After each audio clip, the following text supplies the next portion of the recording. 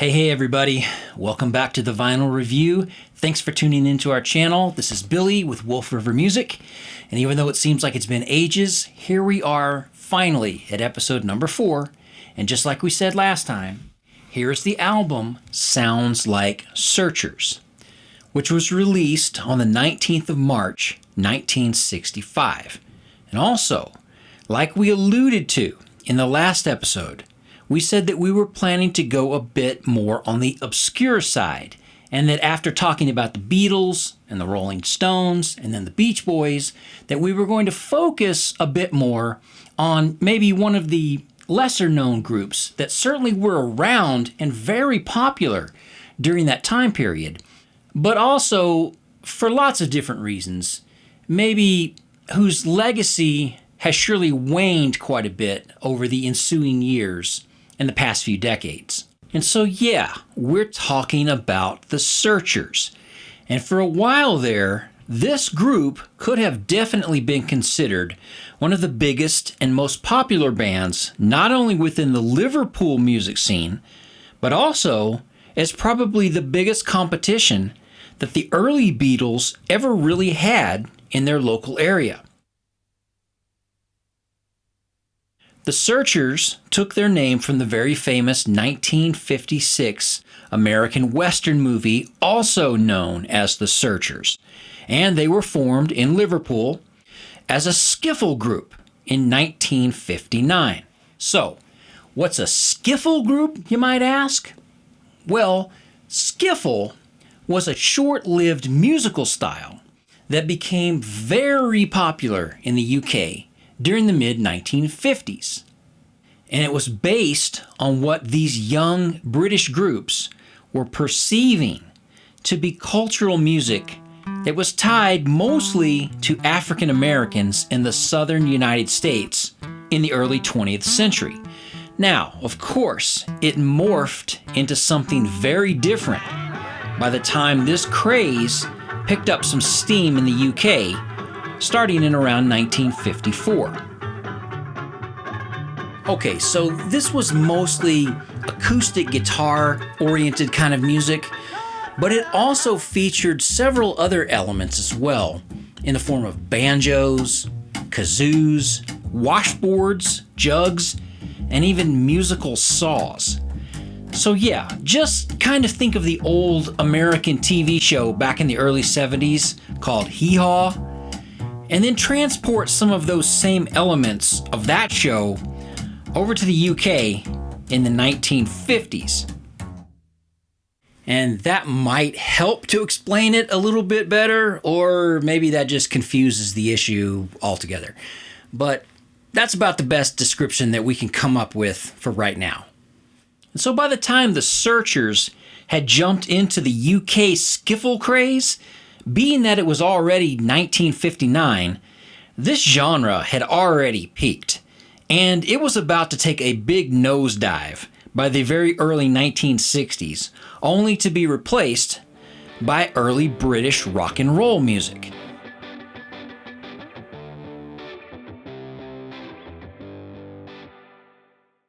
Okay, now, even with all of that being said, this skiffle craze was absolutely huge in the UK for about 4 or 5 years, and it is estimated that there may have been as many as 40,000 different skiffle groups all over the UK during that time period, and the sales of acoustic guitars were at an all-time post-World War II high.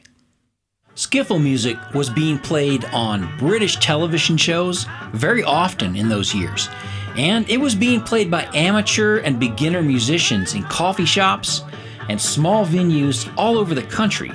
It was perceived as more of a working class genre of music that didn't necessarily require an immense amount of skill or mastery of any musical instrument to play. And when I start listing off some of the famous names of British musicians who got their own very early starts as young teenagers in skiffle groups, you're going to be amazed. And so here they are. Other than the founding members of the Searchers, we had Jimmy Page of Led Zeppelin. There was David Gilmour of Pink Floyd. Ritchie Blackmore of Deep Purple. Roger Daltrey of The Who. Graham Nash of both The Hollies and CSNY. Van Morrison of Them. Mick Jagger and Ronnie Wood of the Rolling Stones. And you know, the list just goes on and on. Even the Bee Gees were first known as the Rattlesnakes, and they were also a skiffle group from Manchester, UK, between 1955 and 1958. But definitely, the most famous skiffle band of all that ever went on to greater fame and fortune as a rock and roll group was the Quarrymen, founded in Liverpool by John Lennon in 1956. You may have heard of them. Well, they became the Beatles in 1960, and then they would go on to become the biggest selling musical act of all time. And so, back to the Searchers. Yes, they got themselves to the skiffle party just a little bit late, but that didn't stop them from jumping onto the early rock and roll bandwagon. And so by the beginning of 1962, they had more or less kind of solidified themselves as a quartet and were playing in clubs around Liverpool, such as the Iron Door and the soon to become very famous Cavern Club, which of course is where the Beatles got their early start. There are so many similarities between the early careers of both the Searchers and the Beatles that it's virtually impossible to ignore all of these details. And so just as the early version of the Beatles were also a very young skiffle group from Liverpool, and then that had their very well-known musical residency at the Star Club located in Hamburg, West Germany in the early 60s, well, so did the Searchers. They had a contract to play the club in Hamburg for 128 straight days, for 3 hours a night, every single night, beginning in July of 1962. And now, meanwhile, back in the UK, and more specifically in Liverpool, the music scene there was changing drastically and rapidly. And so while the skiffle craze had played a very important role in the formation of many of the biggest bands to come out of this era in early rock music from the UK, it gave way just about as quickly as it had appeared, and it was being eclipsed by a different form of American-based music that is most often referred to as the Chicago Electric Blues. I'm referring to American artists such as Muddy Waters, Howlin' Wolf, but also other big names at that time, such as Chuck Berry and Bo Diddley. And the bands that were really cashing in on this newest musical direction in the UK were groups like the Rolling Stones, the Yardbirds, the Kinks, and the Animals, just to name a few. And more specifically, they were up-and-coming British blues guitarists such as Alexis Corner, Eric Clapton, Jeff Beck, Jimmy Page, Keith Richards, and Peter Green of Fleetwood Mac. And there were drummers such as Ginger Baker and Dave Clark, plus some very notable young bass players like Jack Bruce, and then later, John Entwistle. Okay, so now we're talking about late 1962, early 1963. And our friends in the Searchers have been very busy in the city of Hamburg doing their musical residency over there for about the last 4 months. But they are about to return to a very different musical scene in their hometown of Liverpool. And a brand new term was being used in that area, specifically in Liverpool, as a way of classifying local bands and artists who were very well known and very active in that incredibly rich and fertile music scene in Liverpool in the early 1960s. That term that I'm referring to is Merseybeat. And if you're already from the UK, or of a certain age that's maybe just a little bit older than I am right now, you're probably already going to either be familiar with the term, or else you've heard it and you know that it was most definitely related to the Beatles and their early career, and a few other bands who were contemporaries with them. Okay, so for those of you who are already familiar with the term Merseybeat, please be patient with the rest of us who might not necessarily be from the north of England, or that possibly maybe were born after about the year 1965. And so the term itself refers to the River Mersey, which has its headwaters near the Manchester suburb of Stockport, and then flows for about 70 miles to the west, eventually dividing the two cities of Liverpool and Birkenhead on opposite sides of a very large estuary, before it finally flows out into Liverpool Bay and into the Irish Sea. Merseybeat was also the name of a music publication that was started by a young newspaper writer named Bill Gerry.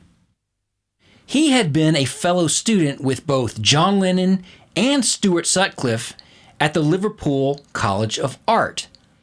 He started this particular publication because he was having no luck getting any of the other newspapers at the time, such as the Liverpool Echo and the Daily Mail, to publish any articles about rock and roll music, as that genre was considered at the time to be strictly for teenagers, and it was thought of by many to be nothing more than just a passing fad, much the same as skiffle music, and that it would be gone in just a few years. But Bill Gerry persevered, because he not only believed in this genre of rock and roll music, thinking it to be the future of popular music, but he was also a very ardent supporter of John Lennon and his early musical aspirations. So he borrowed some money and he rented a small and very cheap office in Liverpool, located above a wine merchant at 81A Renshaw Street. It had nothing more than a single desk, a single chair, and a typewriter. And he founded and published Merseybeat newspaper in that office by working his butt off for about 16 hours a day for months. Then he would personally deliver all of the papers himself, initially to about 20 different shops and wholesalers in the Liverpool metropolitan area. The first issue of Merseybeat came out on July 6th, 1961, and Bill Gerry managed to get all 5,000 copies of this first issue into circulation through just a sheer force of will and utter determination. As the business grew, the circulation was very soon topping over 75,000 copies per issue, and the Merseybeat began covering musical groups from Manchester and Sheffield, which were 30 miles and 65 miles away from Liverpool, respectively. And so the paper became a resounding success, and it became the essential voice for many of these bands that were from the north of England, especially those that were from Liverpool and Manchester and Sheffield. And you have to remember that up to this point in time, most of these bands in this music scene had been more or less completely ignored by the bigger music scene that was located in London. The Iron Door Club on Temple Street and the Cavern Club just about 400 feet away over on Mathew Street in the center of Liverpool became ground zero for this popular new music coming from Liverpool bands such as Gerry and the Pacemakers, Rory Storm and the Hurricanes,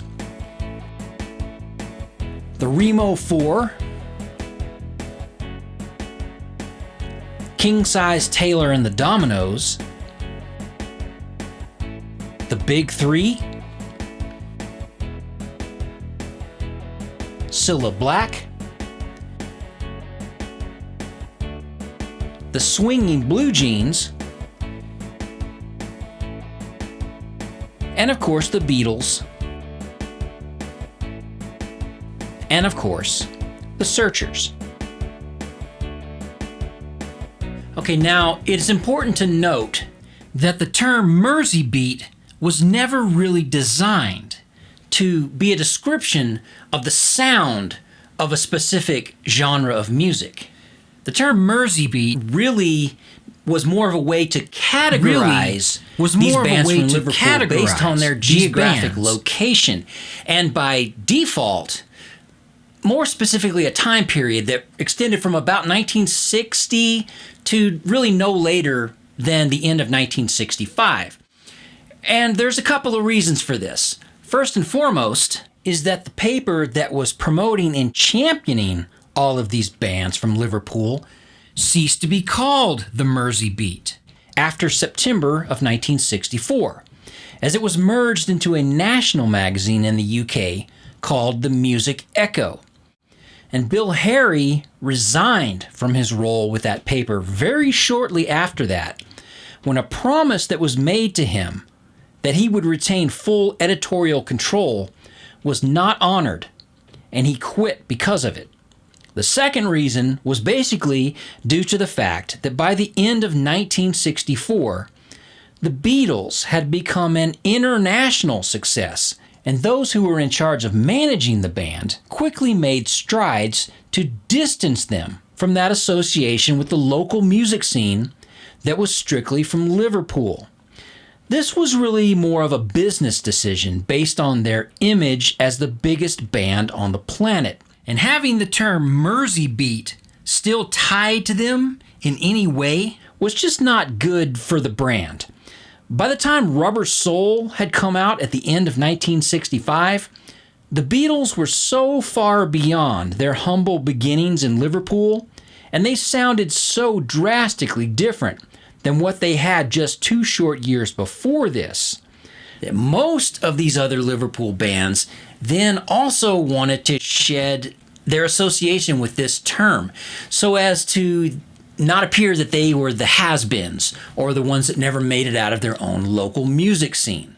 And then the Iron Door Club also closed down in 1964.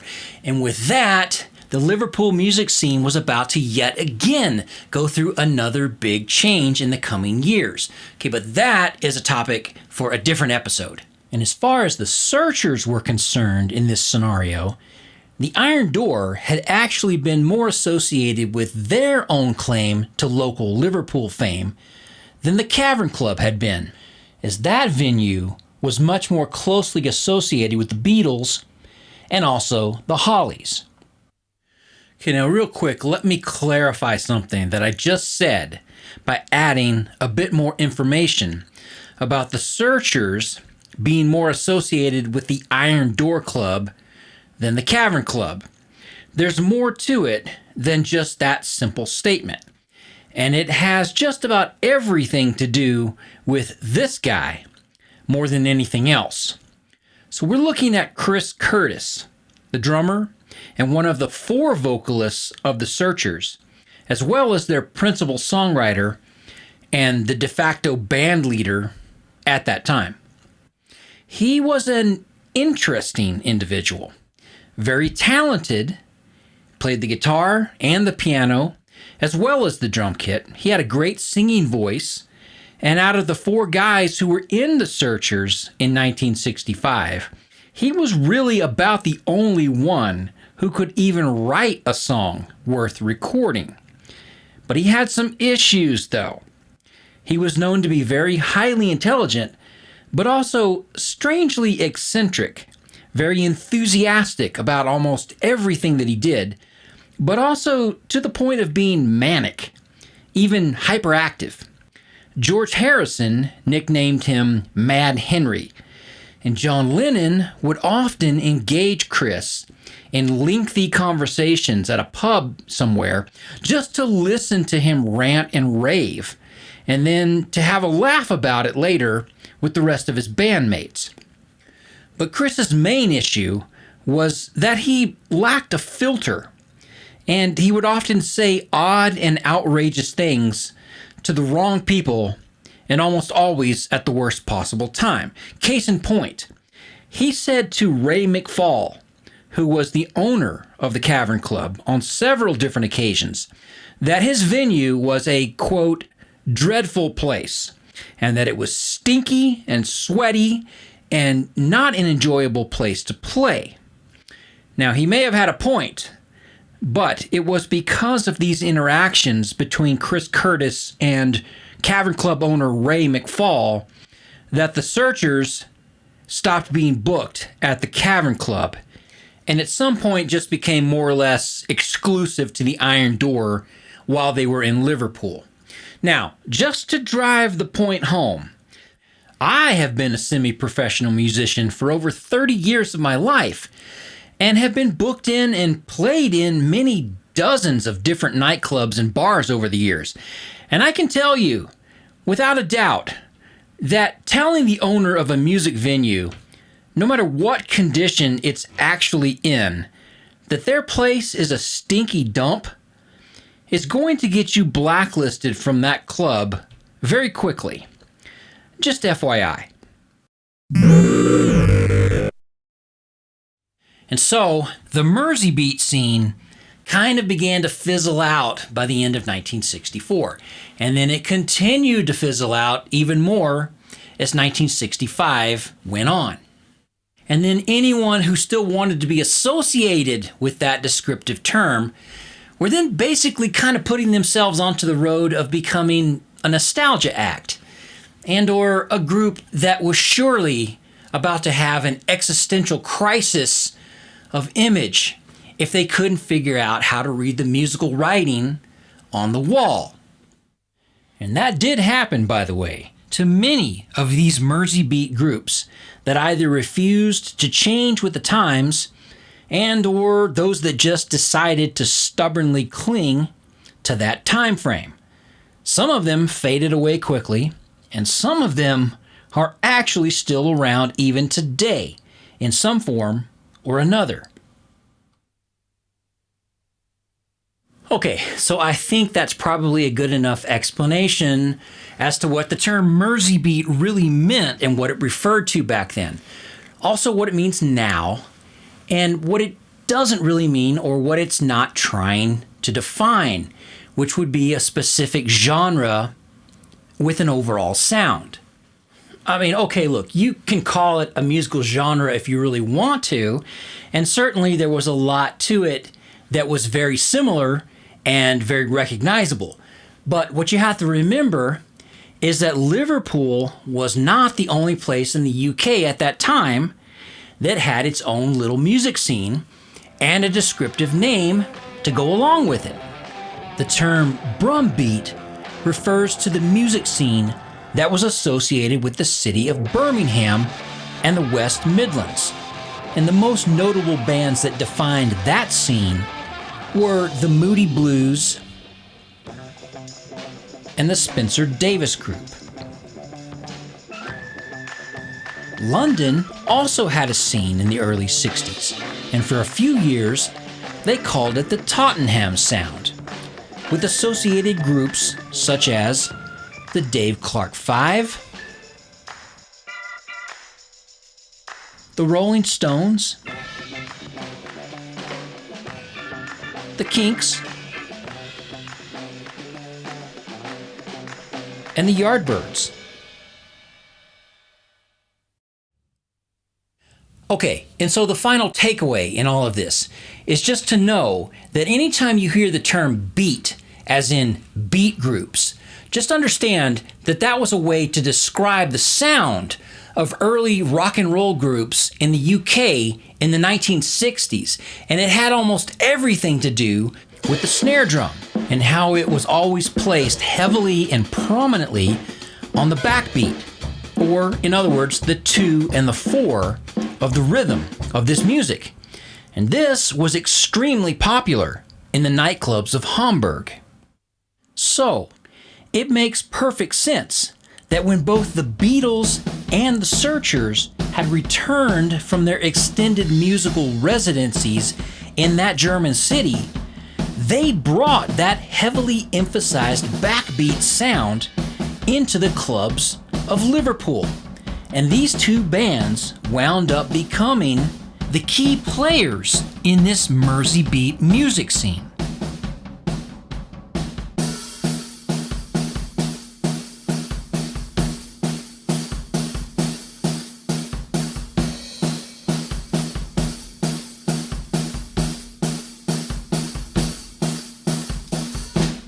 All right, let's go ahead and switch over now into review mode, and let's talk about some of the finer details to be found within this album that was released back in March of '65.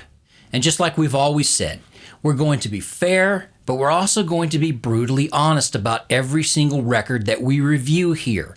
And we're going to make sure that we can justify every single thing that we say, whether it's praise or just blunt critique. And this one is actually going to be a relatively easy record to review because it's going to have very little to do with the minute details about each and every song on the album, and really more an overall assessment of what was going on at the time, the longevity factor of this record. I think the timing of the release of this record is probably going to end up having the greatest impact on its final grade. You know, there's a question here. How does this music stand up to the test of time? How does it hold up in the year 2022, almost 58 years after it was released back in 1965? And so let's start off with the praise, as we always do. There is nothing wrong with the professionalism or the sound of the overall mix of this album. It's very typical of what you would expect from this era, and it's also what you would expect from a band that has already recorded 3 albums previously, and a band who is already successful, signed to a label, and has access to a high-quality recording studio. It's uneven, and you can definitely tell that these songs were recorded at different times, but the musicianship is competent and the mixes are polished. You could probably also say that they're maybe just a little bit too polished and maybe a little bit too much in the middle of the road or on the overtly careful side. There is some cultural relevance to this album, but really mainly only due to the fact of the association that this band had with other similar Merseybeat groups from Liverpool at that same time. And unfortunately, folks, this is really about all the praise that we can come up with for this album. This one has always been considered to be, relatively speaking, a letdown from their previous releases. And by March of 1965, this group had already started the beginning of the end of their big heyday. And the album that came right after Sounds Like Searchers in November of 1965, well, it failed to even crack the top 200 in their own home country. The album that we're reviewing right now was actually very popular, and it was commercially successful when it first came out. This release only had just a couple of minor hits in Australia and in the Netherlands, but it still managed to get up to number 8 on the UK charts, and then it stayed there in the top 10 for 5 weeks. Now, if you compare that to their debut album, which came out in August of 1963, well, that album went all the way up to number 2, and it stayed on the UK charts for a total of 44 weeks. So it seems like they peaked kind of early, and then just went downhill from that point on, commercially speaking, anyway. It almost seems like their fan base in the UK were buying Searchers records out of sheer habit. And then they just stopped altogether by the end of 1965. Everyone had just simply moved on at that point. And again, for the purposes of review, we don't really care about their hit songs. We're talking about an entire album here. So, as always, just trying to keep it real. Look, all of these guys had very good singing voices, and they were well-seasoned musicians. Don't forget, they had 128 straight days of gigs, 3 hours a night, every night, at the Star Club in Hamburg, Germany. And they were very popular throughout the UK and all of Europe. And so their musical talents and their popularity are not really what are at issue here. Here are what are the biggest problems with not only this album, but just this band in general. None of these guys were bona fide, strong songwriters. There are 12 songs on this album, and only 3 of them are originals. All 3 written by drummer Chris Curtis. By 1965, the Beatles were setting the bar very high for groups that could write and perform their own material, and not just continue to rely on being a cover band that played in local nightclubs. And as great as the Beatles were to the whole idea of rock music in general, they also thinned out the herd by setting such a ridiculously high standard for popular music. And there were very, very few other groups that were ever going to be able to keep up with them. And here is a perfect example of exactly what we're talking about. Now, let's have a gigantic dose of reality. I want you to ask yourself a question. What other Liverpool artists or bands who were active between the years of 1960 and 1965 ever went on to greater fame and fortune after the Beatles broke out onto the international stage after the Ed Sullivan Show performance in February of '64? Answer? Honestly? None. None of them did. And I hate to say it, but the astronomical success of the Beatles after that Ed Sullivan performance just basically destroyed all of them, all of their friends and their peers in all of these other bands. They just all tanked one by one. And while it's not really a terribly kind thing to say, it really is true. And yeah, in terms of the Merseybeat scene, it took about a year for that to all finally kind of play out. And maybe it's even a little bit unfair to even mention this, because we're talking about the Beatles, and the comparison here is just outrageous. Gerry and the Pacemakers decided to fold it up in 1965, until, of course, becoming a nostalgia act in the 1970s. And up until the time that Jerry Marsden, unfortunately, passed away back in early 2021. Cilla Black went on to become a television star in the UK in the late 60s, and she became much more famous doing that than she ever would have had she strictly stayed in her early 60s music career. Graham Nash left the Hollies in 1968, moved in with Joni Mitchell at her house in Laurel Canyon, and then he went on to form Crosby, Stills, Nash & Young. So, who else we got? Freddie and the Dreamers? Herman's Hermits?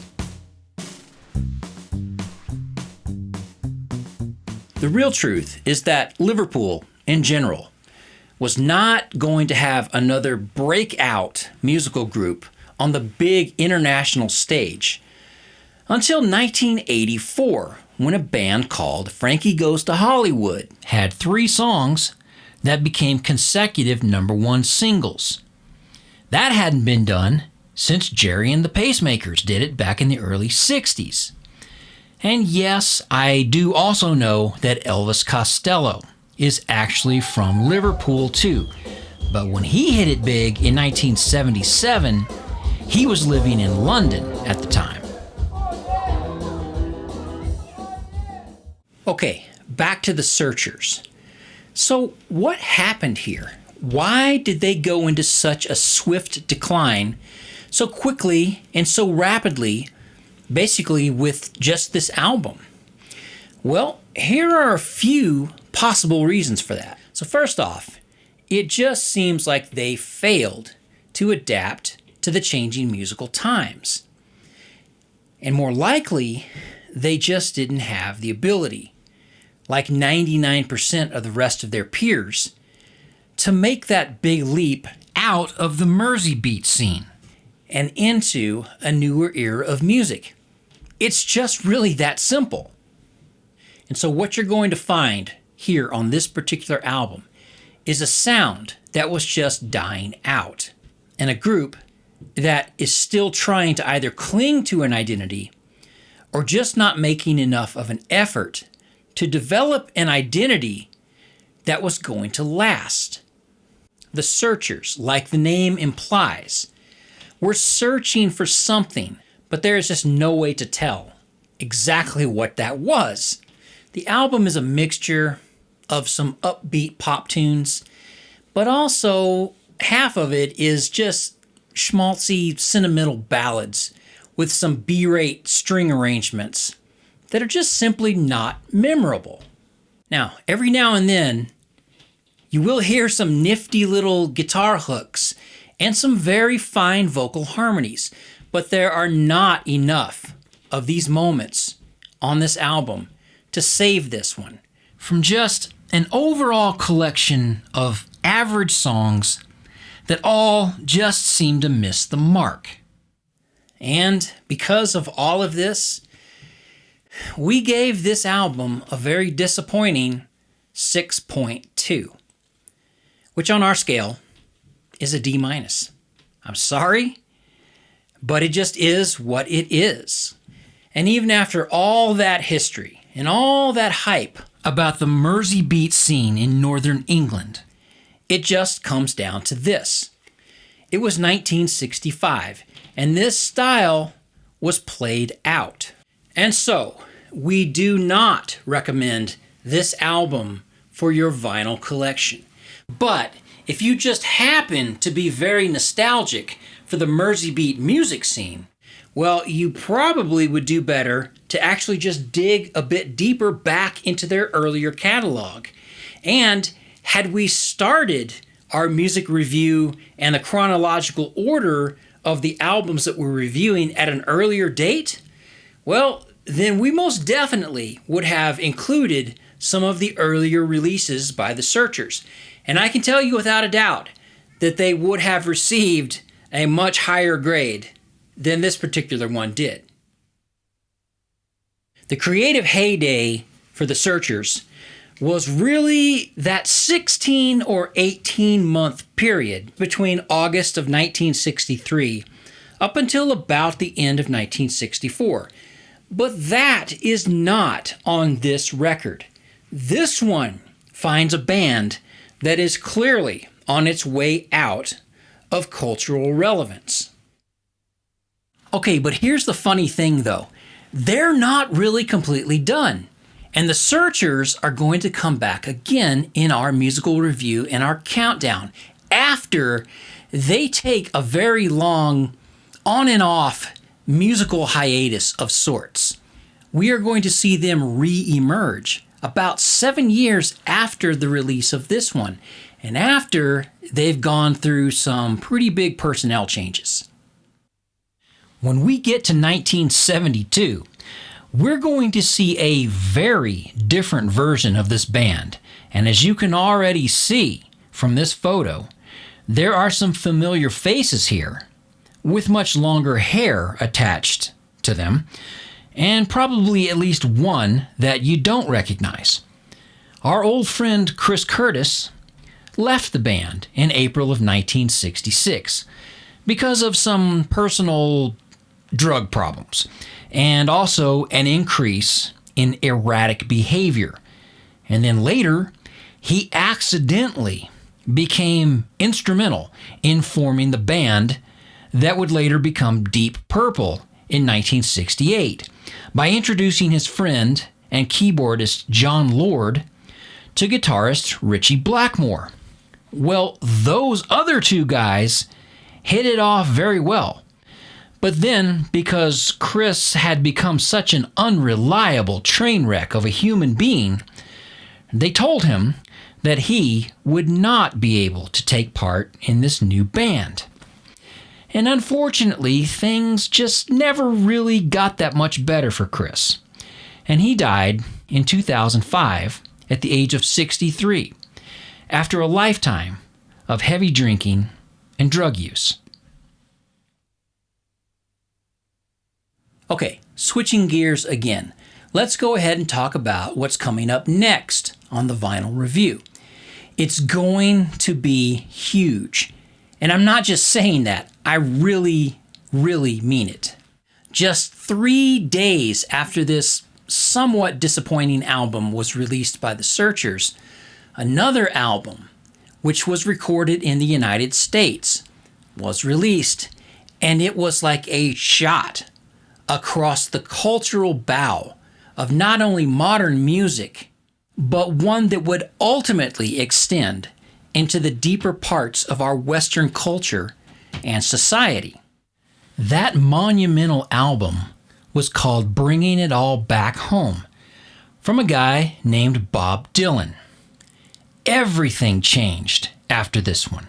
Folk music changed, rock music changed, and everybody in the music business stopped and had to listen to this one because there was no way to ignore it. It was just way too big and way too important to do that. Okay, I don't want to give away too much of this right now because we really want you to come back and continue this musical journey with us. Popular music is about to go through quite possibly its biggest transformation away from a singles-oriented format and into the album as an art form. So please come back and join us again for this one. You're not going to want to miss it. Trust me.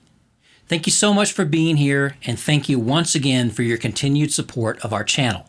This is Billy with Wolf River Music. Please don't forget to subscribe, and don't forget to have a wonderful evening. We'll see you right here, back again next time.